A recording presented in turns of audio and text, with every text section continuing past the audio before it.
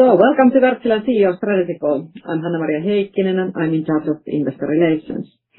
Today our CEO Håkan Agnevall will discuss some of our key long-term opportunities, and after Håkan's key messages there's a possibility to ask questions. As a reminder, we will host pre-silent call in 2 weeks on June 23rd together with our CFO Arjen Berends, so let's leave the questions related to recent trading and detailed financials to that call. So if you have a question, please use raise your hand functionality in Teams, and in the case you don't have the possibility to use raise your hand functionality, you can also send an email to me. Håkan, please, time to start. Yes, in my time is good morning. I'm in the US. I can't tell you where because I might be doing data centers. As you know, they are secret. And as you see behind me, we go deep and we fly high. I mean, this is from the big. This is part of our recent safety initiative. We have that rolling all the time. And now we have a theme of data care, basically, having the courage to tell your colleague that maybe you're doing something here that is, you should think more than twice before you do it. And of course, we have our underwater service business, as you can see behind us, the divers there. And in diving, if you're into diving, the body check. And that's the analogy we use there. And then some of you are immediately thinking of diving, is that a profitable business? It is. If you combine it with engineering, it's profitable. So it's accredited to the EBIT margin of that. All right, let's start like I normally do with a short summary on the state of the nation and the market, etc. from our perspective, and then let's move into the Q&A. And if we start on the demand side, I think we still see the consistency in the demand side. Strong demand. If we start on energy, yes, we talk a lot about data centers. I'm sure you will have questions on that. It's still the same dynamic market, buoyant, but dynamic projects come and go depending on permitting and, but we are well positioned. We will continue to grow. But our energy storage, as I highlighted before, it's not only about data centers. It's this broader narrative. I mean, the general electrification, transport industry, air conditioning. We talk about that, Southeast Asia, IEA, International Energy Agency. I keep on referring to their report. They actually predict that air conditioning could be even bigger growth driver than data centers going forward. Let's see, but it's going to be certainly a driver.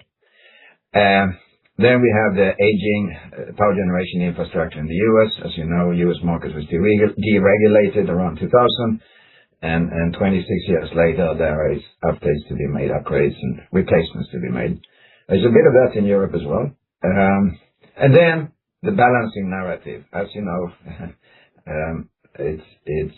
we advocated this for a long time, and now it really happens. I mean, as the share of renewables is growing, I would say, in most parts of the world, you need balancing to keep the system stable. And we continue to see strong demand for balancing power in the US, but also Australia. Australia is the recent example. I think I talked about that before. I was there a couple of weeks back. And Australia is moving away from coal gradually and putting in a lot of renewables, but they have clearly understood now the value of balancing. Not only in batteries, it's one of the biggest battery storage markets, but now also there are several tenders for thermal balancing with engines. It's engines, RFP. They've seen the light. So that's on the energy side. So it's a broad growth narrative. On the marine, and as you know, we guided 12 months going forward better than the previous one. On the marine side, it's also a good demand situation. Our core segments, cruise, ferries, holding up. Yes, cruise is filling up, so to say, the shipyards, but there are still orders awarded further out in the future. And it's not only that, you see offshore coming back, a bit of awakening there, and LNG carriers probably come back, etc., etc. And then we have the decarb story, and that continues to play a role, certainly as well. Yes, MEPC, the vote was postponed, but owners have a 30-year time horizon, and fuel flexibility and fuel efficiency is certainly very high on the agenda.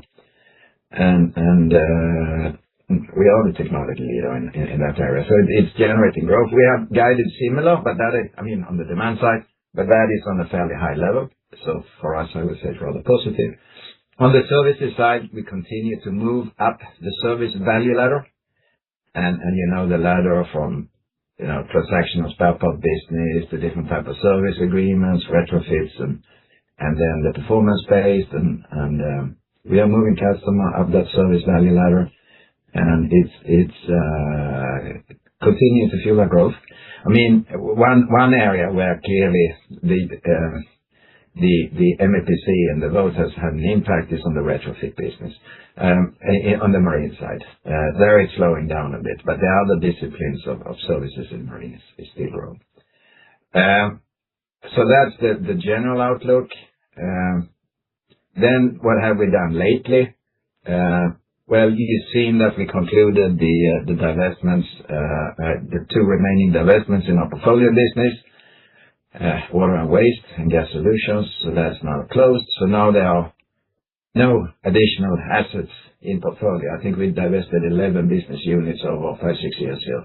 So that's ticking the box. Then what more have we done? We have, of course, announced our capacity expansion, our sequel. Let's see if it's going to be like Star Wars. I don't know how many are there, huh? But we take them one by one. You could see it as a proof point of our confidence in the future market, so to say. We are now, if you compare to the 2025 baseline, so to say, production capacity, by 2029, we will have expanded it with 120%. So it's just quite a big step. And of course, it's not only about our own, production facilities, but it's also ramping up the supply chain. But the team is on the ball, and we are moving, and we are already sold out for 28 basically. You're certainly looking at lead time for 3 years if you want to contract with us. Another key point, because I know that there is a lot, of course, and that is really exciting, attention from the community on megawatts and, order backlogs, etc., etc. I think our approach is that we announced firm orders. We are not selling slots. We don't work with slot compensation, contrary to some of our competitors.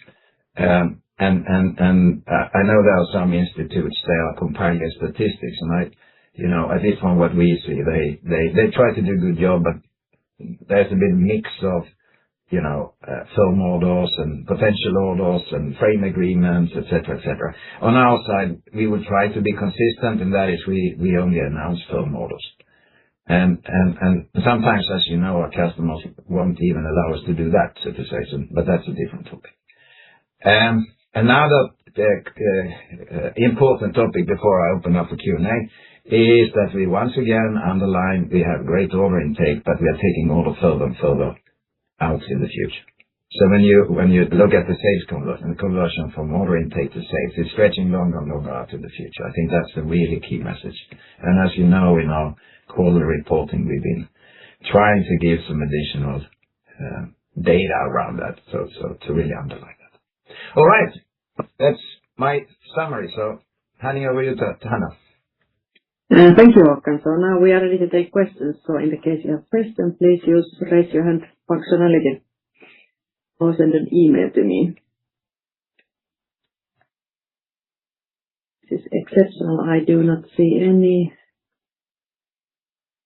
hands up.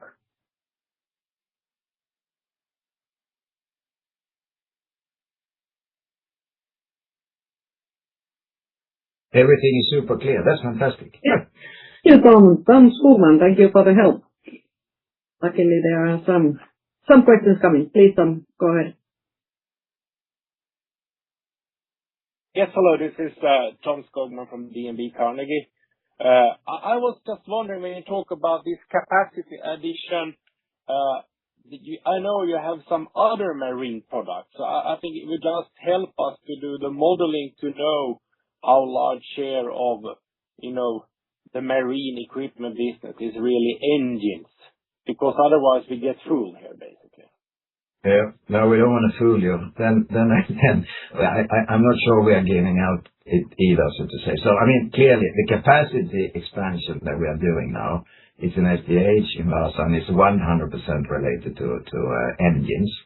And then, the majority of that expansion is for energy, but not the only thing, because as you know, we can do both engines for marine and energy in SDH and Vaasa. But Tom, to your point, we deliver other equipment as well. I mean, propulsion systems, gearboxes, et cetera, for marine applications and after treatment systems, et cetera. But that is the clear minority of our sales, so to say. So the dominant portion is on the engine side. I don't know, Hanna, if we are giving what we have said in the past about the split, so to say. Yeah, we haven't disclosed the split. We have just communicated that engines are the biggest product out of the new build in marine. And it's also the area that is growing. We have growth in many areas, actually, but engines is clearly the dominating growth driver right now. Okay. And can you give your view on pros and cons with your engines and Jenbacher's engines, which are also gas? Absolutely. I mean, yeah. No, so I deepest respect. I think they've done a great job, and we all know the listing here. I think that's good. So there will be more comparables for us. Then of course our engines are a bit bigger. So we have an overlap somewhere in the 10 megawatt area, but when we go above 10, they are not there. So I think they highlighted quite a lot the data center growth, which makes a lot of sense. I mean, 2 years ago, that Tom had been talking about that. About 2 years ago, we were not in data centers because, as we know, data centers were smaller and it was the off-grid, etc. I think INEO, they have been much longer a viable player in data centers than we have. And if you look at some of the data, it's a significant portion. So, I mean, they make good gas engines. So do we. Ours are a bit bigger, and as you know, the size of the data centers are growing, and we are talking about hundreds of megawatts. And I've been saying, and I'm consistent with that the sweet spot is the market is moving into our sweet spot. So I think we will see some competition in the lower ends of it, but as the data centers are growing, I think I'm smiling on that behalf of us. But perhaps a bit more on manufacturing footprint, and sales is how it's organized, and energy efficiency in engines. So I think they have a different, as far as I understand it, they have a somewhat different sales models because they use a distributor or middleman in between, at least for some of the business. You should ask them, but we only have a direct sales model, so to say. So there is a bit of a difference there. I mean, we are not shy on our fuel efficiency, clearly, and for us, it's still about the total life cycle cost. So yeah, that's basically it. When manufacturing footprint, I think they are more diversified than we are. And they have announced scaling up, as far as I know, and you know it better, in various geographies. We focus a bit more in Vaasa, and that is because of the supply chain, and we talked about that. I mean, our machines are bigger, so they have a somewhat different, or quite a different supply chain, and that's why we are concentrating more to one place, so to say. So them growing very quickly is not a problem in your own supply chain, basically, that you would share a lot of suppliers or? No, it's not a supply chain issue for us. Okay, thank you. Thank you, Tom. The next question comes from Sven Weier. Please go ahead, Sven. Yeah, thank you, Anna, and hi, Håkan. Thanks for taking my questions. I'm sorry I could only join a bit later because I had some Teams issues. So apologies if you mentioned that already. The first question I had is just in terms of the capacity, a follow-up, maybe to ask Tom's questions a little bit differently. I mean, when you think about the total capacity increase that you put in now until 2029, I mean, do you allocate this equally between the two segments, or are you going to allocate the vast majority of the capacity increase then to energy? So I think the majority will go to energy. I don't know if you heard it then, but if you look at our manufacturing system, it's rather flexible. We can do manufacture both marine, and we manufacture both marine and energy engines in the same plant, so to say. So we have a big flexibility. But if you look on the growth and, the capacity expansion, the clear majority will go to energy. Because I remember in the past you also said, of course, we need to do justice to the other energy applications. We need to do justice to marine. So I'd imagine if you now kind of sold out for 2028, that's because of energy. If you sold out for 2029, it's going to be of energy. I just wonder how much flexibility then you still have for any shorter lead time marine orders. So I mean, some of the segments are still doing well.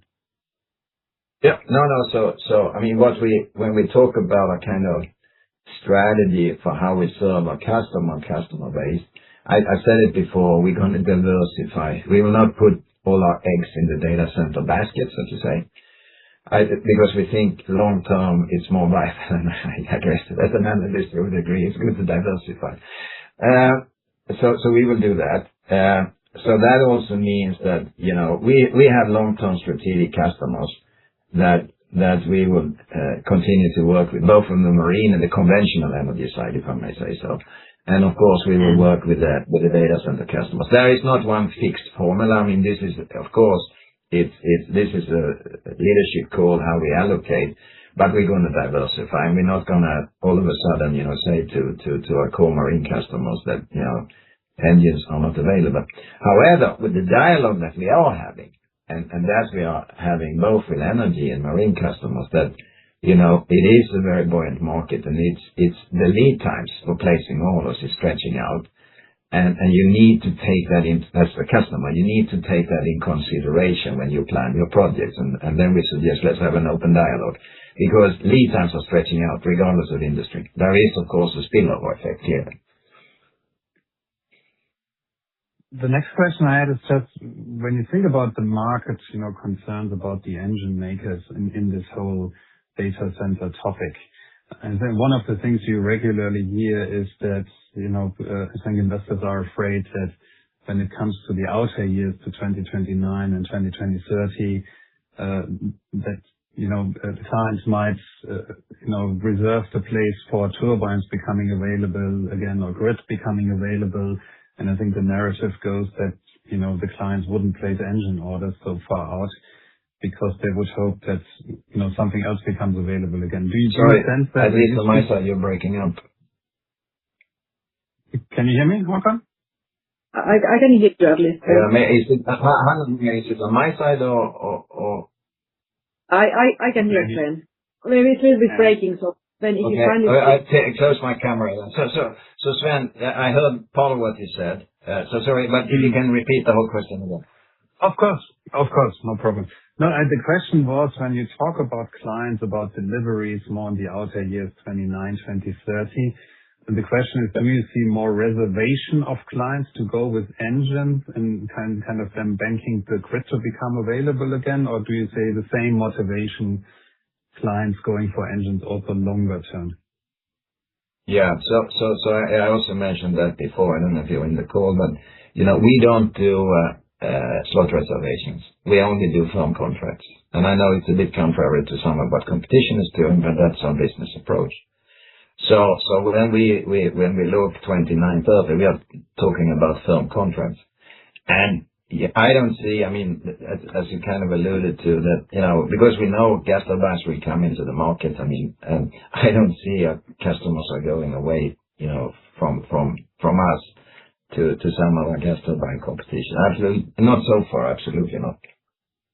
Because remember, it is this, we talked about it before, when people try the new Candy, they will like it. I mean, the fuel efficiency is there, the flexibility is there, no need for water, don't derate the total. Those fundamentals, they are real. And are we the best solution for all customers? No, obviously not, but we will grow. Final question I had, if I may, is just on how you've seen the competitive environment evolving since you got the first order in July. I mean, have you seen, obviously we see also now the Asians, Wärtsilä, Hyundai, a few others entering the scene. So that's part of the question. Have you seen this more engine competition in the meantime? And the second part of the question is, why are the clients still buying high-speed engines? Somehow I don't get it, because if your engines are much more powerful, you need less of them, you need less space. So I'm kind of struggling to understand why these operators place more than 1 gigawatt orders with much smaller engines than you do. Yep. I don't get it, to be honest. No, it's a very good question. Well, I will try to explain it. Your fundamental kind of reservation, I support it, as you know. But okay, right now, there is so much demand for energy generation. And the key parameter is lead time. That's lead time. Number 2 is lead time. So if high-speed engines can deliver to a certain time schedule closer into the future, they are selling. Right now, if you're a little bit broad stroke, you could say if you have some device that generates energy, you can sell it right now, if you can deliver it on time. So that's the key focus. Now, my proposition, which I'm fully aligned with you, Sven, is that gravity will still pull through after a while, i.e. fuel consumption, fuel efficiency, complexity, the flexibility, all those core values. It will pull through. But right now, it continues to be such a buoyant market that, anybody can sell. Yeah, makes sense. Thank you, Håkan. Much appreciated. Thank you, Sven. Then I have received a couple of questions by email.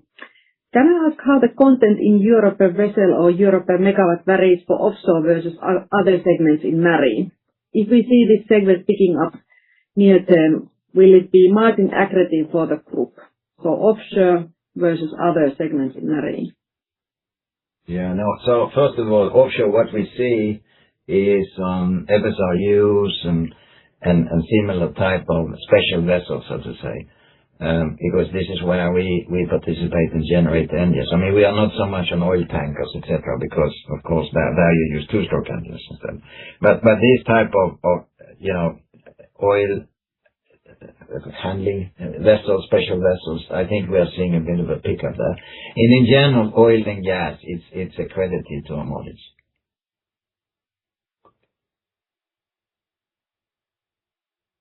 You're welcome. Then followed by another email question. How much dilution we will see in power margins, meaning the energy segment margins, from the next few years, being more equipment driven as data center aftermarket is only coming in 4 to 5 years? Yeah. So, the logic is right in the sense that, both new build and services are growing now, but new build is growing faster than service. And as you point out, service, and we talked about that before, kicks in a meaningful way 4 to 5 years later. We also underline that data centers is a really interesting service business because, of course, they run with high uptime reliability 24/7. Then we have not so you will have more new build. Then services is growing, so there will be a bit of margin impact on that. Then on the other side, the margin in our order backlog for new build is also going up. So we are not guiding on the net effect, so to say. So there are some driving it down. The mix is one, but then you have increasing profit margin in our backlog.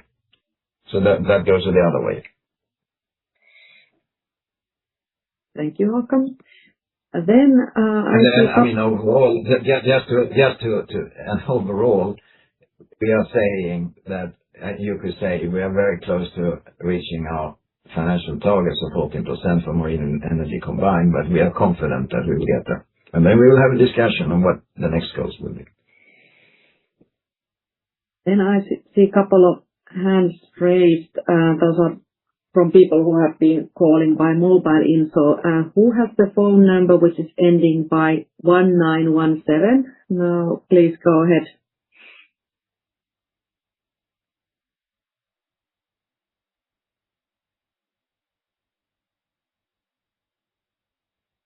So the whole number is +442074251917.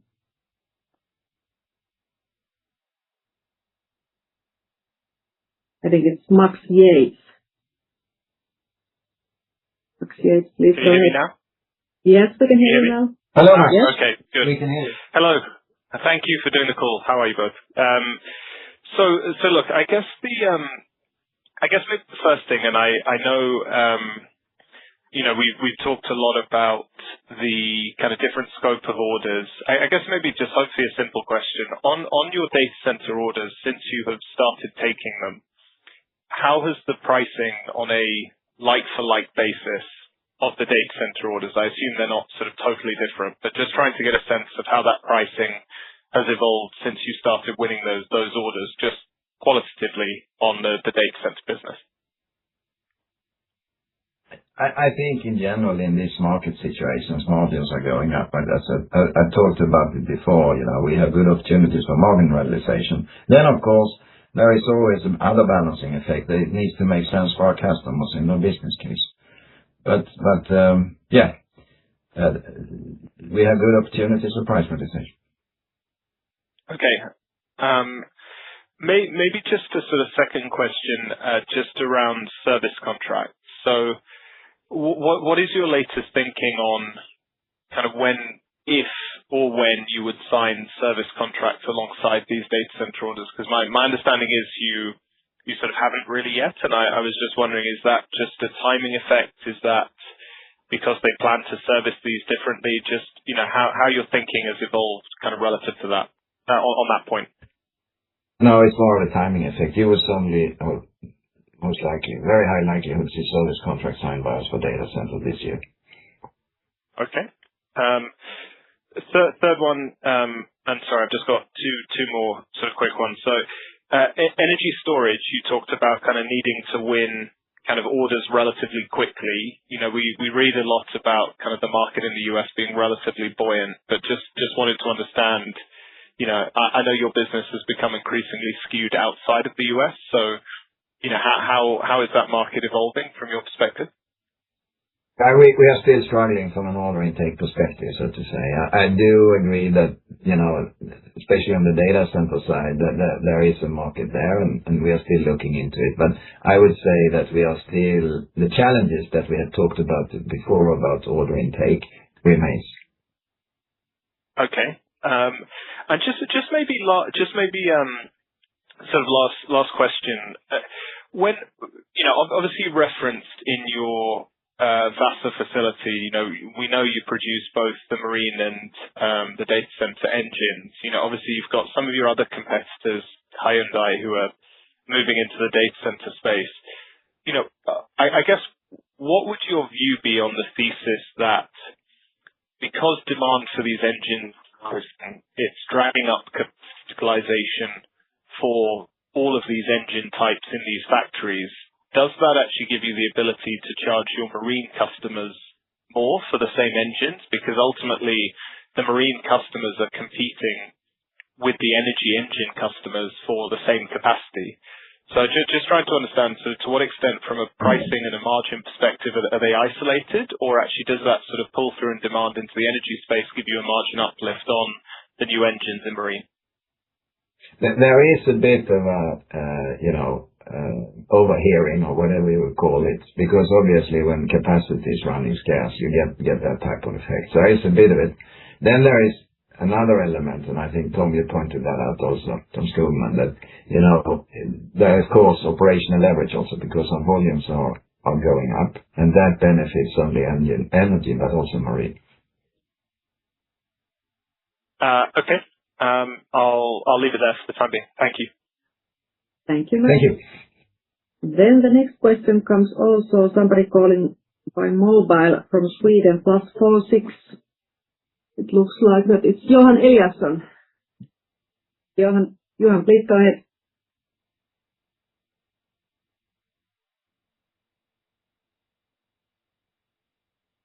Johan, please go ahead.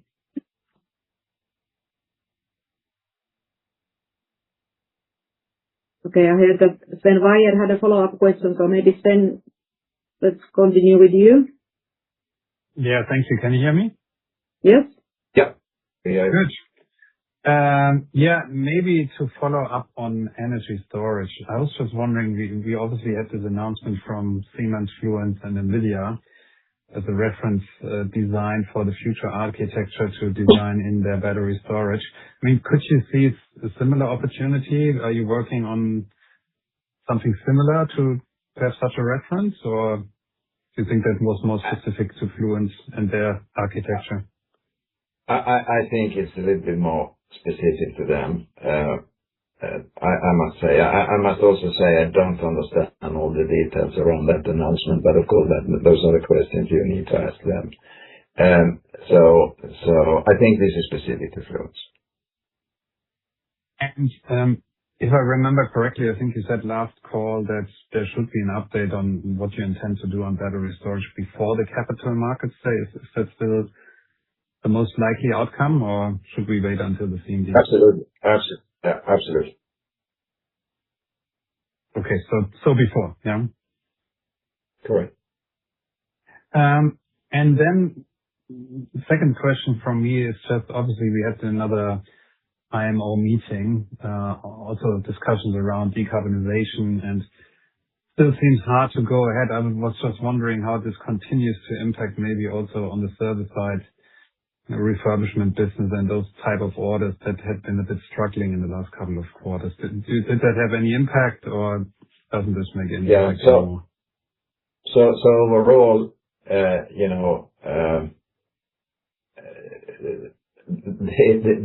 the narrative there, I mean, if you build a new vessel today, it's going to be around for 30 years, so you need to have a strategic review. I think it's fair, and many owners are assuming that things will evolve. I mean, regulations and fuel prices, etc. So the whole topic of fuel flexibility and fuel efficiency is certainly there, and that is supporting our business. Now, if you look on our service side, services is growing, but we talk about these 4 different areas in services, and one of them is retrofits, and that has been on the marine side negatively impacted by the postponements of votes and decisions in IMO, and that is the same message that we were conveying before. Have you also seen clients switching back from methanol to the normal dual fuel engines? Because I think we saw Pacific Basin canceling their methanol order and switching it back to conventional fuel because the regulation really going ahead. I would say that the clear focus now is on LNG and gas as a fuel. I think methanol, the pendulum has certainly swing back. I mean, among the Chinese operators is still strong, but for many other operators, their focus is these days on gas. So, and it's a little bit, we foresee, as you know, when we talk, we take the 5 to 10 year perspective, this pendulum will swing a little bit back and forth as we go. That is, of course, part of our strategy. That's why we have the broad offering, so to say. So, yep. So methanol will still be there, but right now the pendulum is swinging back to gas. Yeah, makes sense. Thank you, Håkan. Thank you. Thank you, Sven. Then Johan Eliasson, please go ahead.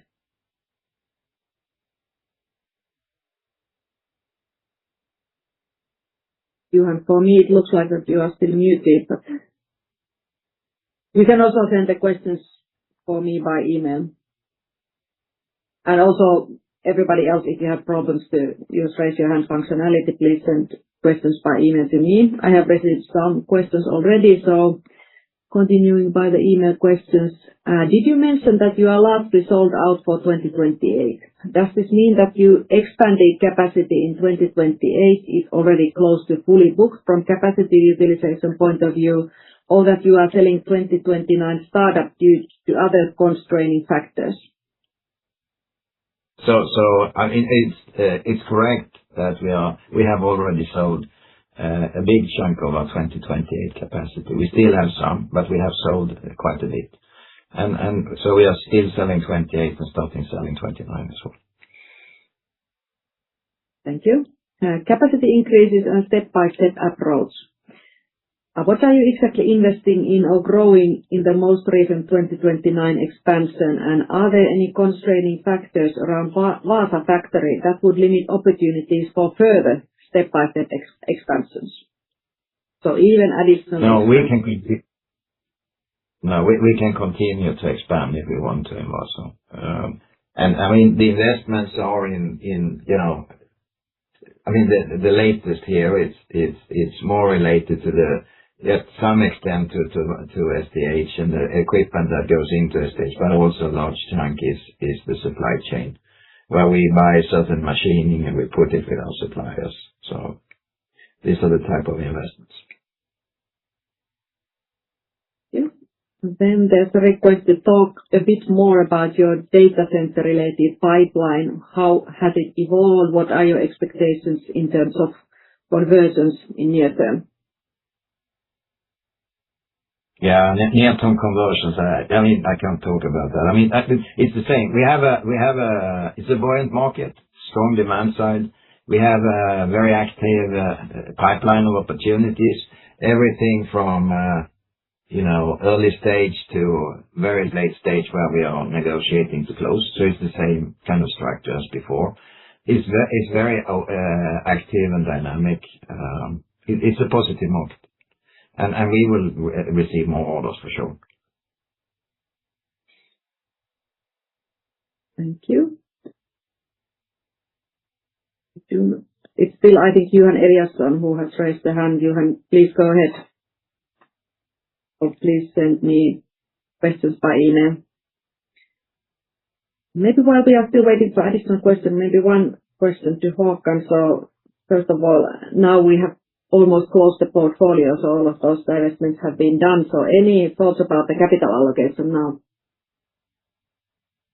No, we do have a strong balance sheet, and we want to have a strong balance sheet. We are in a project business. We are receiving down payments from our customers, but we need to deliver the projects.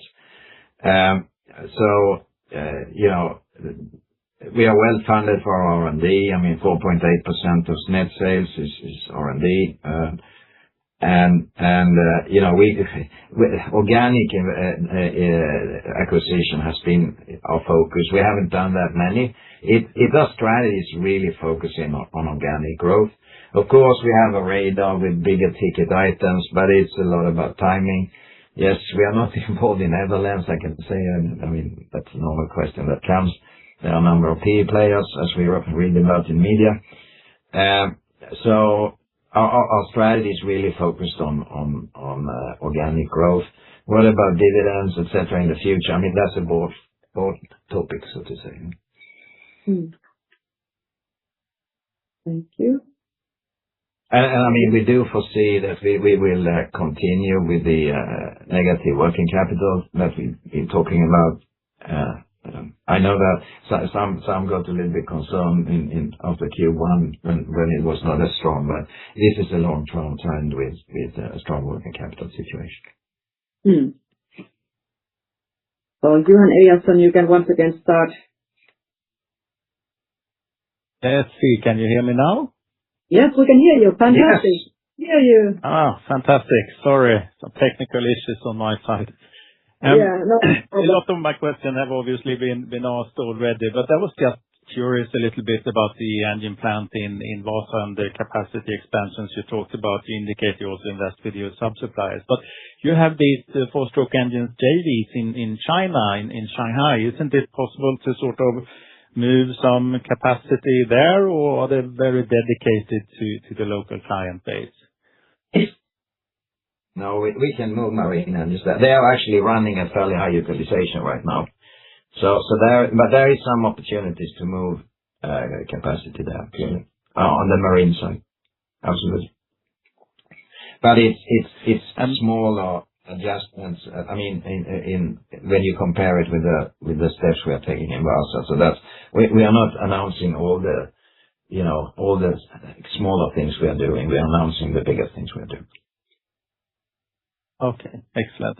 And then just coming back a little bit, you obviously talked about there should be some some sort of spillover effect on the marine margins as well when Wärtsilä capacity utilization goes up, et cetera. But will it also be obviously so that, with scarce capacity, that you will also be skimming the marine market and basically taking the engine orders on that side with good margins, with obviously what you commented earlier, that it's all good to have. It's a mix, Johan. Certainly for some are more strategic. So it's going to be a mix. I can say that. I mean, the operational leverage is certainly there. When it comes to price realization and new build in the marine market, yes, there will be some spillovers, but it's going to be a mix between different customer segments. Okay, good. And sorry, I also missed the first part of your presentation. Did you say anything about any segments in marine that are looking positive right now? I think you talked about cruise and ferry for some time. Is there any other segments you highlighted earlier? Yeah, no, I talked about offshore, FSRUs and similar type of vessels that we see some uptick in that, where we basically generate the energy for you could say, the chemical plants. We are not in tankers. This is two-stroke applications, but those more special vessels in oil and gas, we see uptick in activities. Okay, excellent. That's all I have. Thank you very much. Thank you. And just for everybody, so after this call, my colleague Nora, she will send a recording of this and publish it on our website. So if somebody missed the beginning of the meeting, it will be very shortly available. But then Tom Skogman has raised his hand. Please go ahead. Yes, hi, this is Tom again. I would just like to understand a bit better this kind of industry habit of slot reservations. Is it so that you don't use anything like that, and what is kind of the money involved in slot reservations in this industry? How is it like 1 or 10% of an order, or? You will have to ask GE and Siemens and how they do it and others. We don't do it, and why we don't do it, I think. It's to have stability, because it feels good to sell the slots, but there is always a dynamic, especially when the market turns. So we've seen that also in the past. So that's the logic.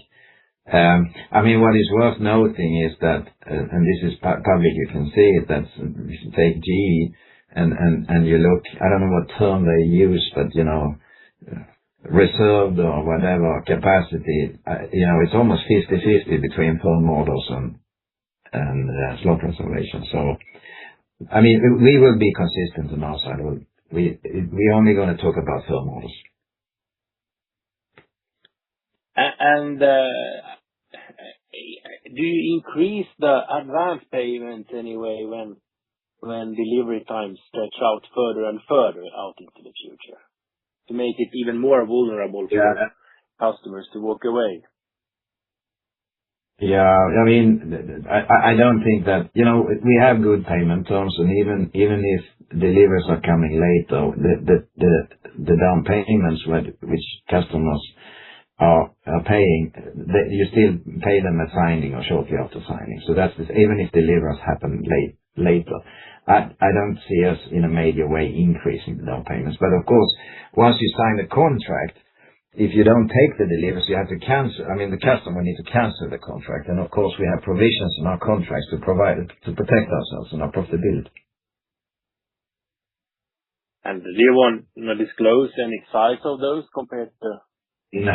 No, because is that matching what you promised to your suppliers then in that case? Or how does it work? That is too much internal, so I won't comment. Okay. Okay, thank you. Thank you, Tom. Then one follow-up question by email. Could you talk a bit more about how do you see data center opportunities within energy storage business? There is certainly, it's a tool. The battery storage is a tool in the toolbox that the data centers builders will use in many cases, to deal with the high variability of the load. So for the really big ones, you might have some CCGT, closed cycle gas turbines, then you have some, and they should run completely evenly, and then you will have some engines, and then on top of that you will have the battery storage. And because the batteries, they deal with, shorter swings in the milliseconds and seconds area. There are a number of other, those flexibility devices in that tranche, so to say, where you have the batteries. But batteries will be there, clearly. And from our side, we are looking on, how and how we engage in this market segment. For the batteries. Thank you, Håkan. Still have 14 minutes time, so if somebody has a question, please use raise your hand functionality, or you can also send email to me. Maybe as a warm-up question, or still waiting for the final question. So Håkan, you have been meeting many of these US customers who are repetitive customers for us. So what is the customer feedback typically from those?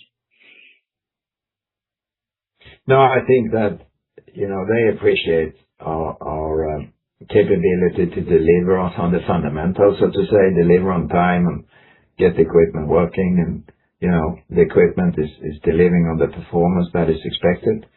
I think this is why repeat customers keep coming back. We are project companies, okay, so we are very careful with terms and conditions. I think that some of our customers, they comment that sometimes we have to spend quite a lot of time negotiating with Wärtsilä, but yeah, we've been around for 190 years. There's a reason for it. But I think the repeat customers, they really see the value that we're providing. And also good service network, as I have understood. That's something they appreciate. Now, clearly, if we talk about our US service setup, we have our headquarters in Houston. This is where we have a logistics center for the US. We have service crew all over the US, and we are expanding it in a very rapid pace. Now we have taken, and that has been announced before, our first operation and maintenance contracts in the US. So service, if you go back a couple of years, and I've talked about that also, we didn't do too much service. It was more the transactional service. It was the first step on the service value ladder. But now we really started to do, and I would say, the last 3 or 4 years, we are clearly moving up the service value ladder with different type of agreements, sometimes even operations. And as I talked about before, the data centers, they haven't even started operating yet, but when they start to go in operation, they will also present really good service opportunities in the US. Okay, thank you, Håkan. For me, it looks like that there are no further questions, so there have been some technical challenges on this call. So like I said, my colleague Nora will send you shortly the recording of the whole call. And as a reminder, we will host a pre-silent call on June 23 together with our CFO Arjen Berends. So looking forward to meet you there. And then Q2 result will be published on July 21st. So I hope you can enjoy also the summer a little bit before that. It's rainy and still quite cold in Finland. I hope that you can see the sun. But thank you for this call. Thank you, everybody. Take care. Bye.